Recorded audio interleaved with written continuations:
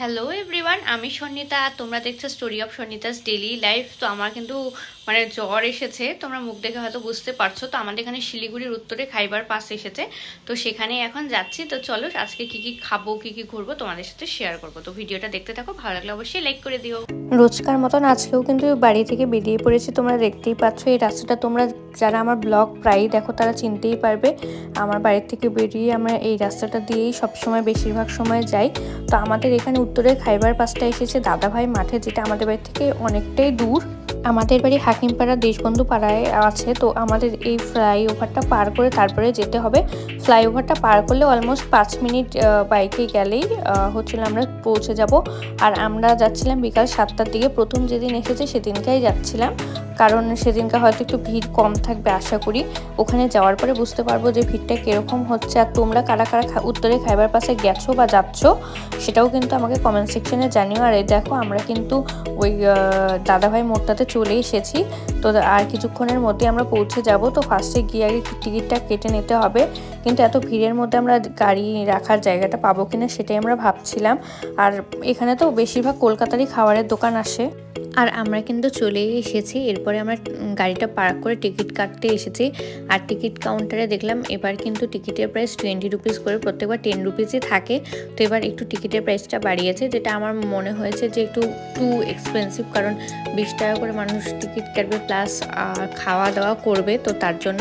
তো দেখতেই পাচ্ছ আমরা আমাদের দুটো টিকিট নিয়ে নিয়েছি। এবার কিন্তু ভিতরে যাব। আর এই যে দেখো টিকিটগুলো তোমাদের সাথে একবার দেখায়, যে উত্তরে খাইবার পাস 2024-এর টিকিট আমার হাতে আছে। তো এখন ভিতরে যাচ্ছি, তো টিকিটটা দেখিয়ে নেবো। আর আমাদের এখানে ঠান্ডা পড়েছে, দেখতেই পাচ্ছ আমি ভিতরে একটা হাইনেক পরেছি, তারপরে জ্যাকেট পরেছি। আর এত সোয়েটার পরার কারণ হলো আমার কিন্তু জ্বর এসেছে ওর জন্য। তো চলো ভিতরে যাই। ভিতরে গিয়ে কি কি খাওয়া দাওয়া করবো সব তোমাদের সাথে শেয়ার করবো। আর দেখতেই পাচ্ছ অনেকগুলো দোকান এসেছে। সবার ফার্স্টে কিন্তু লাল বাবা রাইসের একটা দোকান এসেছে, তারপরে এখানে ফরচুনের একটা দোকান এসেছে, স্টল বসেছে। আসলে এখানে কোনো কুইজ খেলানো হয় বা এরকম কিছু।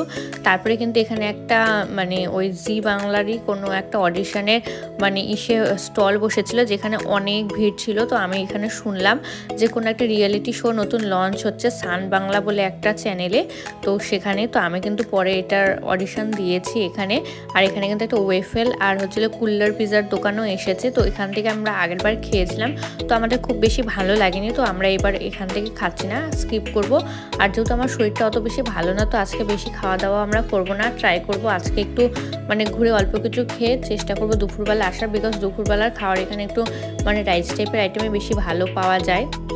তারপরে এখানে ডিমওয়ালা বলে একটা দোকান এসেছে, যেখানে এগ পপসগুলো পাওয়া যায়, এগ চিজ পপ, এগ ওই ফিশ পপ এরকম টাইপের।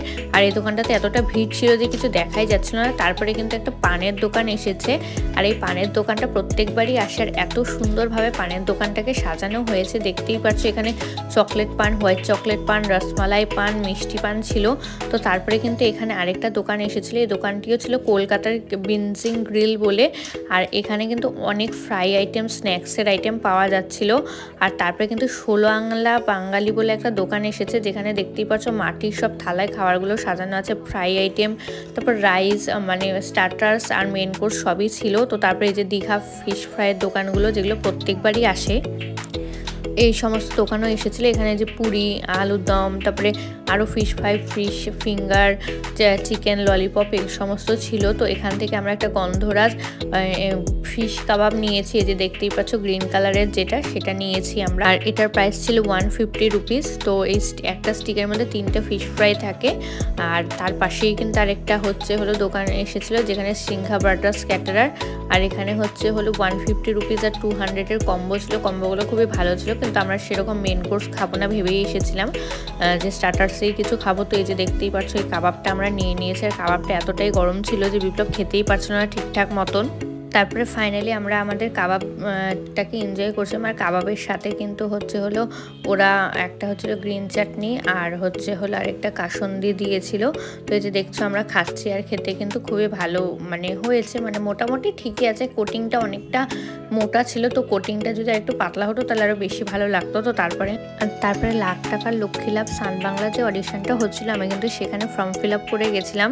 তো এখানে আমার দেখলাম অডিশনের টাইম হয়ে গেছে, তো এখানে আমরা অডিশন দিচ্ছি, মানে আমি এখন অডিশন দিচ্ছি। তো আমাকে অনেক কিছু ইন্টারভিউ জিজ্ঞাসা করছিল, তো আমি খুব ভালোই অডিশনটা দিয়েছি। তারপর আমি ব্লগিং করছি সেটাও বলছিল, যে আমার কি চ্যানেলের নাম এই সমস্ত জিজ্ঞাসা করছে। তো ওখানে আমি অডিশন দিয়ে তারপর আবার চলে আসলাম এখানে খাওয়া দাওয়া কী কী এসেছে, কীরকম টাইপের জিনিস এসেছে সবগুলো দেখানোর জন্য। আর মানে খাবো প্লাস তোমাদের সাথে একটু শেয়ার করবো, যে সেই বড় 18 ইঞ্চির রোল, ফিশ ফ্রাই, অনেক কিছু এসেছিলো। তো আমার যেহেতু আজকে প্রচণ্ড মানে তার আগের দিন আমার 101-2 ফিভার ছিল, তো তাই সেরকম আমি বেশি কিছু হেভি খেতে পারছিলাম না, যে আমার মুখটার মানে টেস্টও ছিল না সেরকম ভাব। কিন্তু উত্তরের খাইবার পাস সবসময় আমার একটা ক্রেজ থাকে যে দেখবো কীরকম খাওয়ার, প্লাস তোমাদের সাথেও শেয়ার করার একটা ইচ্ছে ছিল। তো তার জন্যই আজকে আমার আসা। তো আমি পরের দিন আবার আসবো মানে একটু খাওয়া দাওয়া করার জন্য। তারপরে দেখো এখানে আমিনিয়া স্টল এসেছে। আমিনিয়া তো আমাদের শিলিগুড়িতে আছে, তো যে সমস্ত স্টল শিলিগুড়িতে আছে তো সেগুলো থেকে আমি বেশিরভাগ সময় খাওয়াটা একটু অ্যাভয়েড করার চেষ্টা করি, কারণ সেগুলো তো শিলিগুড়িতে থাকে, আমরা অন্য সময়ও খেতে পারবো। যেগুলো বাইরের থেকে আসে সেগুলোর উপরে আমার মনে হয় বেশি ফোকাস করা উচিত। তারপরে এখানে আরেকটা দীঘা ফিশ ফ্রাইড এসেছিলো, সরি এটা সুন্দরবন ভেটকি মাছের। তো এখানে ওই সমস্ত ফ্রাই আইটেম ছিল, তো আমরা অলরেডি আগে একবার যেহেতু ফ্রাই আইটেম খেয়ে নিয়েছি, তো তাই আর খাবো না। আর এখানে দেখো ব্যাকওয়ার্ড বিস্ট্রো বলে আমাদের শিলিগুড়িতে একটা খুব ক্যাফে আছে, আর ওদের স্টলও কিন্তু আমাদের উত্তরে খাইবার পাশে এসেছিল।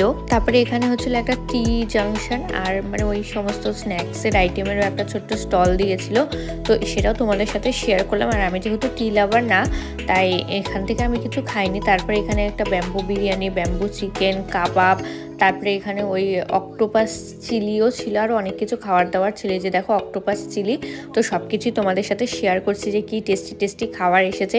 তো শিলিগুড়িতে 29, 30 আর 1 জানুয়ারি অবধি, মানে 1 ডিসেম্বর অবধি 2024-এর খাইবার পাস থাকবে। তো তোমরা যারা যেতে চাও তোমরা অবশ্যই যেতে পারো, একবার অবশ্যই ঘুরে আসতে পারো, মানে অনেক সুন্দর খাবার এসেছে দেখার জন্য। তারপরে এখানে একটা ফ্রুট আইসক্রিম এসেছিলো, যেটা আমি খাইনি কারণ আমার ঠান্ডা লেগেছে। তারপরে এখানে একটা জুসের স্টল, বিভিন্ন ধরনের মকটেলের স্টল এসেছিলো। তারপরে এখানে একটা গ্রিল মানে ওই শোরমা, তারপরে smoke chicken, leg piece, lollipop টাইপের একটা স্টল এসেছিল, যেখান থেকে বিপ্লব একটা লেগ পিস নিয়েছে, আর সেটা হচ্ছিল ওরা মাইক্রোওভেনে গরম করে দিচ্ছিল। তো এই দোকানে খাবার দাবারগুলো আমার তো একদমই ভালো লাগেনি, কারণ সেরকম কোনো টেস্টই ছিল না। এই যে দেখো বিপ্লব ওই লেগ পিসটা নিয়েছে, এটার প্রাইস ছিল 70 রুপিস, আর যেরকম প্রাইস সে আনছে কিন্তু একদমই খেতে ভালো ছিল না। এই যে দেখো বিপ্লব খাচ্ছে, তো খাওয়ার সময় এক্সপ্রেশনটা দিয়েছিল মোটামুটি, একদম অতটা ভালো না। তারপরে এসেছে মিষ্টি, যেটা আমি খেতে খুব ভালোবাসি, আর এখানে কিন্তু মিষ্টির প্রচুর স্টল এসেছে, মানে কলকাতার নাম করা অনেক মিষ্টির স্টল এসেছে। আর এই যে দেখতেই পাচ্ছ এখানে বেক, সেই চমচম, ল্যাংচা, আরও অনেক ডিজার্ট, টার্ট, তারপরে ওই ইয়েগুলো আরও মুস টাইপের অনেক ছিল। এবার ফ্লেভার রসগোল্লা, যে গোলাপ ফ্লেভার, ব্লুবেরি, কাঁচা আম, তারপরে এই নর্মাল সাদা রসগোল্লা, তারপরে এখানে চকলেটের সন্দেশ, আরও অনেক খাবার এসেছিলো। তারপরে এটা সবচেয়ে স্পেশালিস্ট হলো ইলিশ মাছের কচুরি, ভেটকি মাছের কচুরি, সেগুলো স্টলও এখানে এসেছিলো। এটা তোমাদের সাথে শেয়ার করলাম। এখানে ইলিশ মাছের কচুরি ভাজা হচ্ছিল। তো তারপরে এখানে ওই মুসের একটা দোকান ছিল। তারপরে এখানে চকলেটের সব সন্দেশ, চকলেট, আম, বেক রসগোল্লা, মিহিদানা, আরও অনেক কিছু স্টল ছিল। তো আমি এখানে বেক মিহিদানা নিয়ে এসেছি বাড়ির জন্য খাওয়া দাওয়া করব বলে। তো তারপরে কিন্তু এখানে হচ্ছিল আমিত্তি আর মালপোয়া বানানো হচ্ছিল। আমিত্তিটা কিন্তু প্রচণ্ড সুন্দরভাবে বানানো হচ্ছিল। আর সবচেয়ে ভালো কথা, মানে আমি যখন গেছিলাম ওরা দেখলাম একদম কেশরের মধ্যে মানে রসে চুবাচ্ছে, কোনো কালার ইউজ করছে না। তো তারপরেই কিন্তু এখানে দেখতেই পাচ্ছ পাওভাজি, মিক্সচার, ফুচকা, ধোসা, আরও অনেক খাবারের দোকান এসেছে। তো তারপরে এখানে আরেকটা ওই লেগ পিস, ওরকম স্মোক টাইপের বিরিয়ানি। আর এই স্টলটা প্রত্যেক বছরই আসে, যেটা হচ্ছিল বিভিন্ন ধরনের সি ফুড, লবস্টার, তারপরে স্কুইড, অক্টোপাস, এগুলো সবের খাবারের দোকান এসেছিলো। এগুলো কাঁকড়া ঠাকড়া ছিল। তো এখান থেকে আগের বার খেয়েছিল বিপ্লব, তো এবার আর খায়নি। অঞ্জলি জুয়েলার্সেরও এখানে একটা স্টল এসেছিলো, যেখানে একটা খেলা হচ্ছিল। তারপরে এখানে দেখো মিত্র ক্যাফে, তো শিলিগুড়িতে তো মিত্র ক্যাফে আছে, তো শিলিগুড়ি মিত্র ক্যাফের থেকে আমরা কিছু খাইনি, কিন্তু এখানে কিন্তু অনেক সুন্দর খাবার মানে শোকেস করে ওরা রেখেছে, এত সুন্দরভাবে সাজিয়েছে, যেটা আমার দেখতে খুবই ভালো লাগছিল। তারপরে আমরা অনেক ঘোরাঘুরি করার পরে ব্যাকওয়ার্ড বিস্ট্রোর এই স্টলটি থেকে নিয়েছিলাম একটা চিকেন চাউমিন, যে সেরকম কিছু খাওয়ার আমার ইচ্ছা করছিল না। তো এখান থেকে চাউমিনই ভাবলাম খেয়ে মানে তাহলে পেটটা একটু ভরা থাকবে। আর চাউমিনটা খেতে কিন্তু প্রচণ্ড টেস্টি ছিল।